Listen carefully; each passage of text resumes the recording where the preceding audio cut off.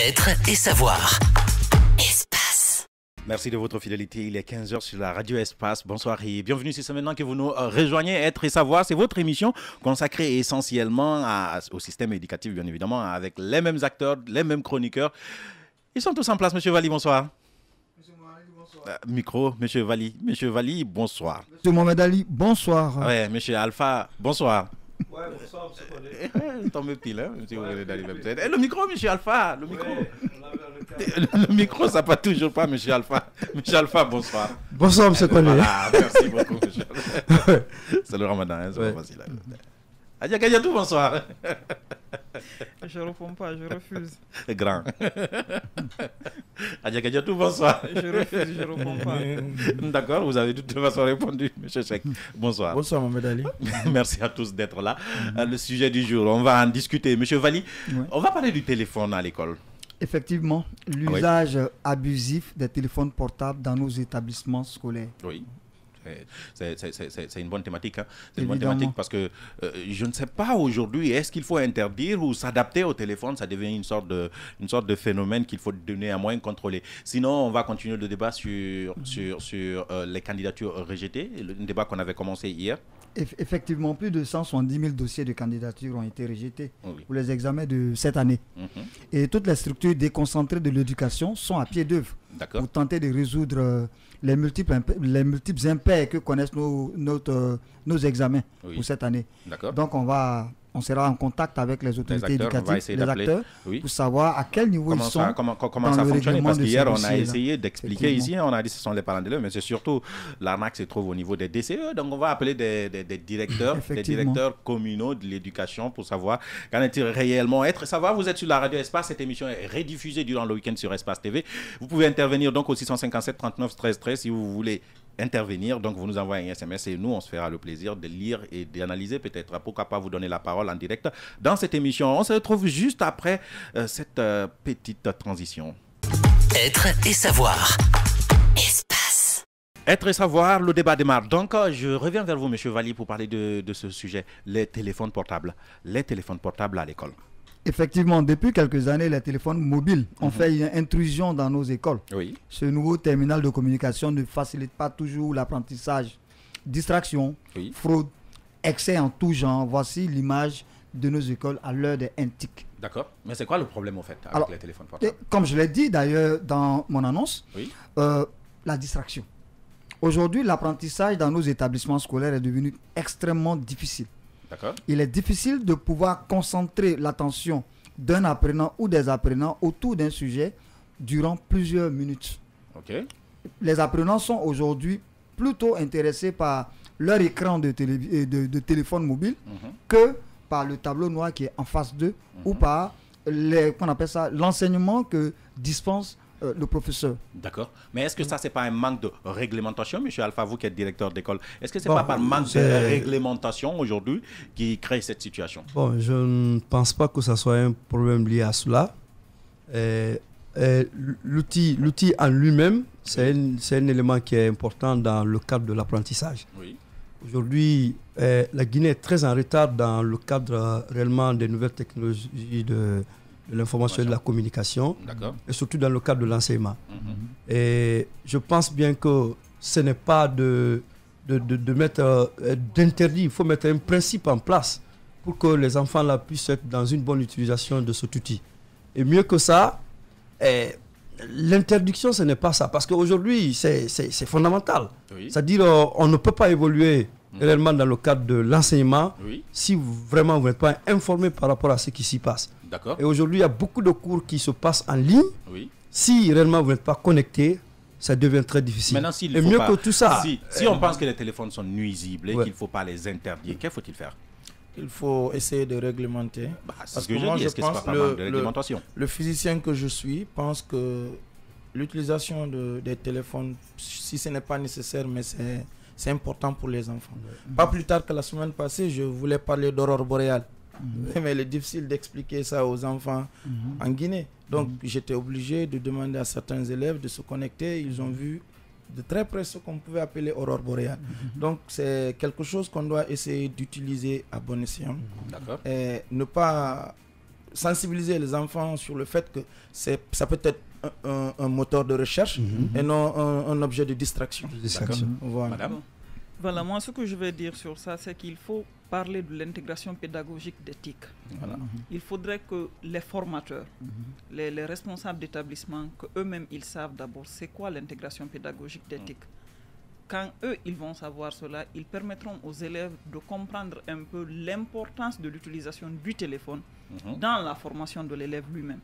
Parce que là, il l'utilise comme téléphone et puis c'est tout. Pas comme un moyen d'appel. Voilà. Mais aujourd'hui, c'est surtout les réseaux sociaux qui sont incrustés dans les différents téléphones. Justement, c'est ce que je dis. Justement. En fait, ils ne sont pas formés ou bien ils ne sont pas sensibilisés sur l'utilisation du téléphone comme outil d'intégration pédagogique. Est-ce que vous comprenez?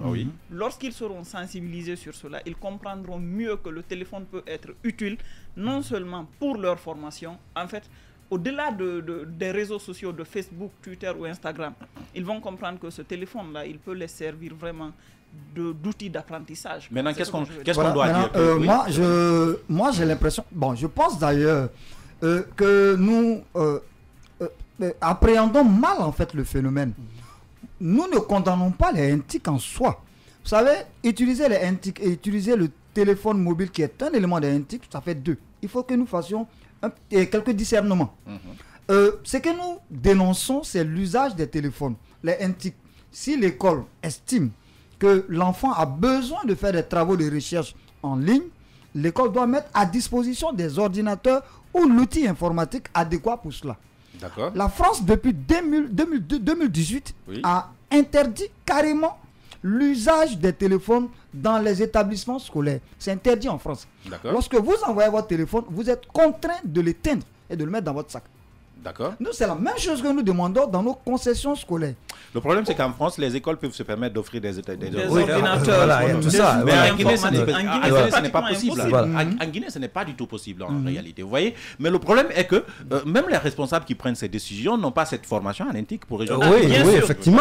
Elles ne savent pas. Je prends par exemple l'école dont on a. Je pense, j'ai lu un article sur une école. Je ne me rappelle plus du nom de l'école où ils ont complètement radié des élèves pour l'utilisation de téléphone. Moi, j'ai ma lecture là-dessus parce que je trouve que c'est une mesure excessive. Mais ça ne se fait pas. On porte la tête à l'avenir de quelqu'un pour l'utilisation de téléphone. Oui, mais monsieur Mohamed Ali, souvent, les responsables d'école sont en train... chercher les dessous de l'affaire. Souvent, vous allez trouver que ces élèves qui utilisent ces téléphones, soit sont des récidivistes, soit on refuse. La question que l'on se pose, c'est est-ce qu'on peut radier un élève pour l'utilisation du téléphone, par exemple? Maintenant, il y a une école qui a radié et puis ils sont fiers. Si je pouvais me rappeler le nom de l'école. Il y a un magazine scolaire 224 qui a publié un article là-dessus où cette école chantait ses propres éloges pour avoir radié des élèves. Mais ça, c'est une mesure excessive. Cette école doit être sanctionnée parce qu'on ne radie pas un élève. Mohamed Ali, il faut savoir dans quelles circonstances les faits ont eu lieu. Est-ce que les enfants étaient dans une salle de composition ou bien si c'était seulement parce qu'ils ont utilisé les téléphones pour rendre les cours difficiles aux professeurs? Ça dépend. Oui, mais parce qu'il y a des élèves. Même si c'est le cas, je crois qu'il faut pour les compositions mettre fraude tout court pour l'élève et le sortir de la classe au lieu de le radier carrément. Madame Kadiatou, il y a des élèves, au moment où le prof est en classe, qui est au sérieux, ils se permettent de mettre la musique, de faire des bêtises. Moi, ça ne m'arrive pas, mais il y a des élèves qui font ça. Maintenant, quand ils font ça à un prof, à un deuxième prof, à un troisième prof, mais là, la direction doit sévir. C'est normal. Oui, justement, mais le problème c'est qu'eux-mêmes, ils l'ont expliqué, ce n'était pas au cours d'une évaluation. Pour eux, ils ont pris des mesures, voilà, c'est le groupe scolaire Lampel. Le groupe scolaire qui s'appelle Lampel. Ils ont expliqué que chez eux, tout le monde connaît qu'un élève ne doit pas utiliser le téléphone. Et donc, du coup, ils sont fiers d'avoir licencié près de 5 élèves depuis le début de l'année et ils brandissent là comme étant une mesure stricte devant amener les élèves à ne plus utiliser le téléphone à l'école. Je me dis que c'est bête. Non, moi je suis d'accord. Moi je suis d'accord sur une chose. L'utilisation du téléphone dans nos concessions scolaires pose beaucoup plus de problèmes. Ce n'est pas que dans nos professions scolaires. Aujourd'hui, le téléphone, une autre façon d'utiliser le téléphone pose problème dans tout milieu d'apprentissage. Donc, ça soit mais l'école doit aujourd'hui s'adapter à ce fait. Je pense que d'abord, on doit convenir sur ce premier élément, que le téléphone dans nos salles de classe, il est totalement nuisible. Parce que tel qu'il est utilisé, sérieusement, M. Mohamed Ali, si vous évoluez dans une salle de classe, sérieusement, je vous dis que vous avez du mal à travailler avec des élèves qui ont des téléphones mobiles. Si vous n'expliquez pas aux élèves comment ils doivent utiliser le téléphone, par exemple. Justement. Moi, je ne suis pas en train... je vais dire ce que vous dites. Je ne peux pas être d'accord avec ça, même si j'ai envie de vous rejoindre quelque part. Aujourd'hui, au lieu de dire à un élève, tu ne peux pas utiliser le téléphone en classe ou le sanctionner parce qu'il a sorti son téléphone, mais vous lui expliquez qu'en classe, voilà l'utilisation que tu pourrais faire de ton téléphone dans la mesure possible et dictée par le professeur. Comme ça, tu peux gérer et l'élève et son téléphone. Par exemple, vous dites un mot que l'élève ne comprend pas. Tout le monde sait que dans les téléphones, il y a des dictionnaires. Aujourd'hui, ça aide. Les élèves, ils peuvent voir. Il y a des recherches que vous pourrez permettre sans pour autant distraire l'attention de l'élève. Mais lorsque vous le dites... Justement, c'est ce qui n'est pas possible. On n'a jamais dit à un élève, n'utilise pas ton téléphone en dehors de la classe dans le cadre de tes recherches. Moi, j'ai travaillé avec le téléphone avec des élèves, mais en dehors de ce qu'on appelle ça, du temps de travail habituel. Mais si on a des travaux de recherche à faire, voilà comment on fait un travail de recherche. Voilà le navigateur, voilà les mots-clés qu'il faut utiliser. Je comprendrais. Mais que l'enfant envoie le téléphone en classe, que le téléphone se mette à sonner, que l'enfant commence à jouer. Non mais attendez, sur ce point, moi je pense que c'est une question de principe. Nous qui évoluons par exemple dans les sciences exactes et techniques, c'est un peu difficile. Moi principalement, dans mes cours, souvent les cours que je dispense, c'est-à-dire je suis obligé de voir que, c'est-à-dire quand un cours doit être fait, je suis obligé de dire aux enfants, tel jour, on fera tel cours. Et en faisant tel cours, voilà, tout le monde doit venir avec son téléphone, voilà ce qu'il faut faire. Mais voilà, vous orientez les élèves. Ça c'est orienté. Donc c'est en cela que je rejoins quelque part Mme Kadietou. Il faut réellement qu'on explique la notion d'intégration des types dans les établissements. C'est-à-dire que ça soit... Non, ils ne sont pas avancés en technologie. Non, c'est ça, parce que nous, généralement, il y a beaucoup d'expérience dans nos matières. C'est-à-dire pour que l'élève puisse comprendre, vous êtes en train de faire une explication au tableau. C'est-à-dire si l'action se fait directement avec le téléphone de l'enfant, suivi par vous, le professeur, je pense bien qu'il y a une appréhension de la chose par rapport à une explication théorique. Et à quelque chose au-delà de ça, moi je pense que les établissements d'enseignement en Guinée doivent avoir un principe de base par rapport à l'utilisation du téléphone dans les établissements. Il faut réglementer. Parce que partout ailleurs, c'est pas seulement en Guinée on a des problèmes. Dans tous les pays du monde entier, tout le monde parle de ces problèmes. Donc, monsieur, si vous reconnaissez qu'il y a problème, autant commencer à les utiliser. Oui, mais ça, c'est en cela que je parle. Mais quelle est la solution qui d'une réglementation? Moi, je pense qu'il faut réglementer. Est-ce qu'il faut réglementer l'utilisation des téléphones, comme le font certaines, mais ou bien il faut interdire les téléphones? Mais comment vous pouvez interdire quelqu'un qui passe réglementer? Il faut réglementer. Moi, je pense qu'il faut transformer l'utilisation du téléphone. Parce qu'il faut qu'on se comprenne. On ne peut pas utiliser dans nos salles de classe ici des téléphones portables. Ce n'est pas possible. Demandez à tous les enseignants en salle. Je ne vous parle pas de ces enseignants qui sont assis derrière des bureaux, mais je vous dis que ce n'est pas possible. Lorsque vous êtes dans une salle de classe, ce n'est pas possible ou vous n'êtes pas capable de le faire? Ce n'est pas possible ou vous n'êtes pas capable de le faire? Parce que c'est différent. Si vous n'êtes pas capable de le faire, dites-nous. Vous ne pouvez pas faire l'interjection là. Vous allez m'écouter, vous ne pouvez pas. Le problème, c'est que vous n'arrivez pas à contrôler les élèves quand ils ont un téléphone. C'est vous qui n'êtes pas capable, monsieur Vali. Je ne peux pas contrôler la sonnerie des élèves quand il y a des enfants. Ah non, c'est différent. Ah non, c'est différent. Ah non, c'est différent. Non, n'étalez pas votre incapacité à gérer un élève qui tient un téléphone, monsieur Vali. Je ne peux pas gérer des élèves qui écoutent la musique pendant que des gens travaillent. C'est différent. C'est différent. C'est parce que vous n'avez pas dit comment il faut faire. Arrêtons de faire semblant. Je vais vous donner un cas pratique. La dernière fois, j'avais un cours sur le champ magnétique. Il était question de montrer que un homme a pu réaliser des coups de foudre artificiels. Nikola Tesla. Mais j'ai dit à mes élèves, prenez vos téléphones, parce que dès que j'ai parlé de coups de foudre artificiels, les enfants, ils étaient sceptiques. Et ils ne vont pas croire tant qu'ils ne voient pas. Maintenant, je les ai dit, c'est simple. prenez vos téléphones. Partez sur Google.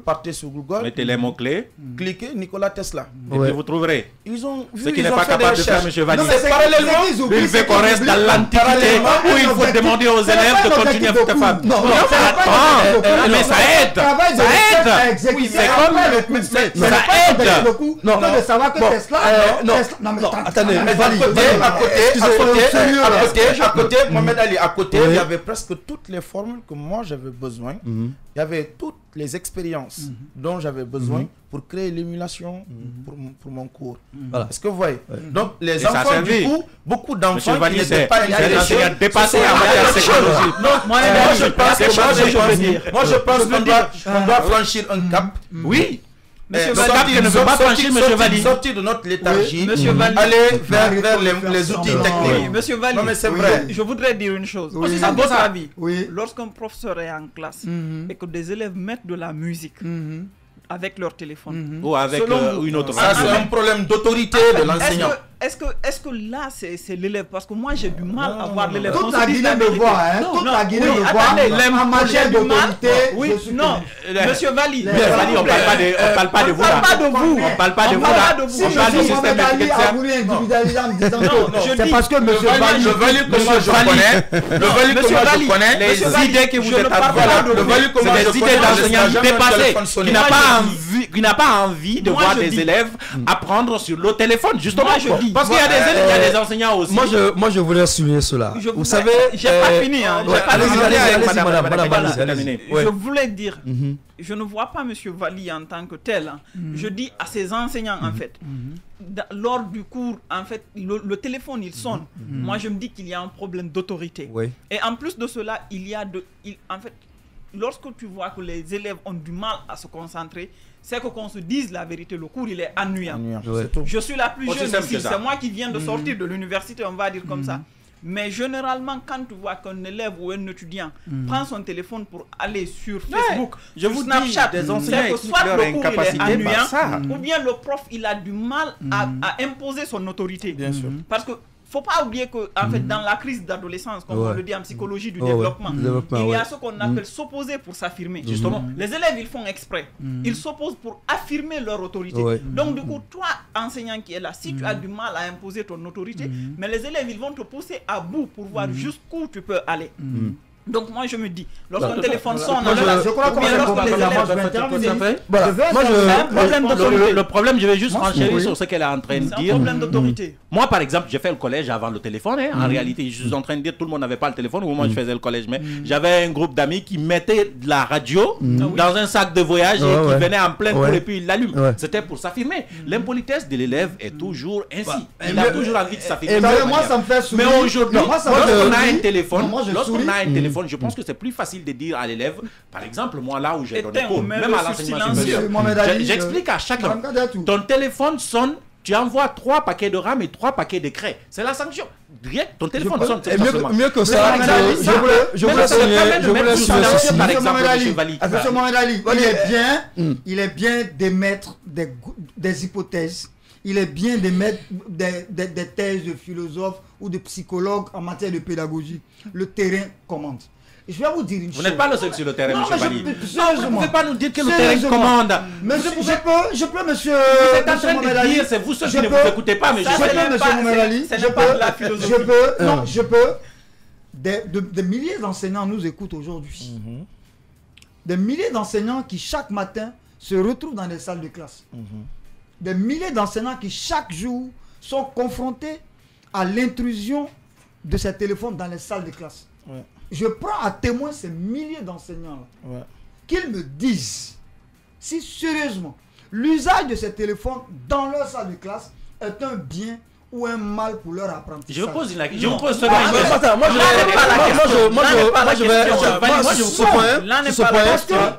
Allez-y, sur ce point, moi je pense que c'est facile de prendre déjà un témoin. L'enseignant prenez-les en témoin et écoutez-les. Une autorité. Moi, je pense que le premier... Donc, les enseignants français n'ont pas d'autorité. Non, c'est pas ça. Depuis 2018. Non, mais les enseignants français, c'est qui? Non, je valide pas d'autorité. C'est nous sommes plus des enseignants. L'autorité dont je parle ici, moi, je pense que le premier contact d'un enseignant avec les étudiants ou bien avec tes élèves, vous avez des interdits. pourquoi on nous demande de faire un plan de travail? Pourquoi on nous demande de faire une répartition annuelle du programme? Le règlement intérieur de la classe. Tous ces éléments-là, c'est pour que vous soyez orientés. Par exemple, au niveau de l'enseignement supérieur. Même actuellement, dans certains lycées de la capitale, je connais des écoles où réellement, dans le plan de travail d'un enseignant, dans tous les contenus des travaux, on verra quelque part que voilà la période à laquelle l'enseignant est habilité de travailler avec les enfants au laboratoire, il est habilité de travailler avec les enfants dans une salle de classe, ainsi de suite. Donc, quand vous êtes en contact avec les enfants, moi je pense que tous ces enseignants qui se retrouvent dans ces problèmes-là, c'est une question d'autorité. Moi, ce que je sais, c'est-à-dire votre premier contact avec les enfants, vous avez des interdits. Dans mon cours, je ne veux pas entendre un téléphone sonner. Ça, c'est très clair. Si un élève se permet de se lancer dans cette situation, les sanctions vous reviennent. Ça, c'est Deuxièmement, je pense bien que un enseignant de nos jours, parce que nous sommes je vous dis, nous sommes très en retard en matière de TIS en Guinée. Très en retard. Donc moi je pense que ça soit en français, ou bien en philosophie, ou bien quoi. Nous d'ailleurs, nous avons commencé très tôt. Les sciences exactes. En tout cas, les sciences physiques, moi par exemple, je ne peux pas travailler aujourd'hui dans une classe du lycée, ni au collège. Tout récemment, j'étais avec les élèves de la 10e année. La France recule, la France recule, hein. Arrêtez de prendre la France pour exemple, vous n'avez pas les réalités. Je reviens un peu sur le cas de la France. Vous savez, il y a un problème en France. On parle de l'autorité. On peut même pas comparer avec la France. C'est-à-dire, si réellement les écoles prennent leurs responsabilités, il faut interpeller les fondateurs des établissements. Au lieu de mettre l'argent des enfants dans vos poches, c'est de créer des salles numériques pour les enfants. Ça, c'est l'élément qu'il faut des ordinateurs et non des téléphones dans les salles. Moi, je n'arrive pas à comprendre que M. Vali compare la France ou des élèves Monsieur Vali, on écoute Monsieur Cheikh, s'il vous plaît. Laissez-moi finir. Je ne comprends pas comment est-ce que Maître Vali peut comparer la France où des élèves du lycée se permettent de poignarder des professeurs à longueur de journée, de jeter des cailloux sur les profs. On n'a pas les mêmes cultures. En Guinée, et surtout on n'a pas les mêmes réalités. En Guinée ou en Afrique, on peut bel et bien demander aux enfants d'utiliser le téléphone. Ce sont des supports. Positivement. Rationnelle du téléphone. Il ne faut pas oublier une chose. Il ne faut pas oublier une chose. Ces enfants-là, ce sont des futurs leaders. On ne doit pas les écraser. Tu n'es pas obligé de dire à un enfant. Non, laissez-moi. Je viens. Je dis écraser. Quand je parle d'écraser, c'est les écraser psychologiquement. On doit les laisser s'épanouir. On doit les laisser progresser dans leur propre réalité. Nous, au moment où on étudiait, c'était quasiment impossible. On n'a pas eu cette chance. Mais tu n'as pas à dire à un élève, moi j'ai étudié comme ça, tu es obligé d'étudier. Monsieur Cheikh, je suppose le téléphone est une réalité. Excusez-moi, Maître Vali. Le téléphone est une réalité du moment pour les enfants. Il faut les apprendre à utiliser le téléphone positivement. Au lieu de les interdire. Non, de la salle. Je crois que M. Vali a un problème avec l'utilisation du téléphone dans la salle. Et pourtant, il est bien initié sur ça. Je le dis, je le répète. On y va, madame, pour terminer. C'est une question d'autorité. C'est une question d'autorité, point barre. En fait, il ne s'agit pas de dire que c'est ça, c'est ça, c'est ça. C'est une question d'autorité, monsieur Vali. Parce que vous ne pouvez pas dire que dans la salle de classe, là où vous enseignez, qu'un élève soit capable de faire sonner son téléphone dans cette salle de classe-là. Vous ne pouvez pas me le dire parce que vous-même, vous l'avez dit tout à l'heure, que l'élève n'ose pas. Ou bien, donc c'est parce que vous avez su vous imposer. Vous avez su vous imposer. Qu'est-ce qu'on apprend à l'enseignant tout à fait au début de son cursus? Comment entretenir une relation avec l'élève sans que ce ne soit une relation de dominant-dominé, mais une relation de respect mutuel. Merci de le rappeler ça à M. Vali. Donc je crois que ce n'est pas une question de philosophie, de psychologie ou de quoi. C'est une question de savoir. Écoutez, les grandes philosophies pédagogiques, on les connaît et on a vu les résultats. On revient juste derrière cette transition.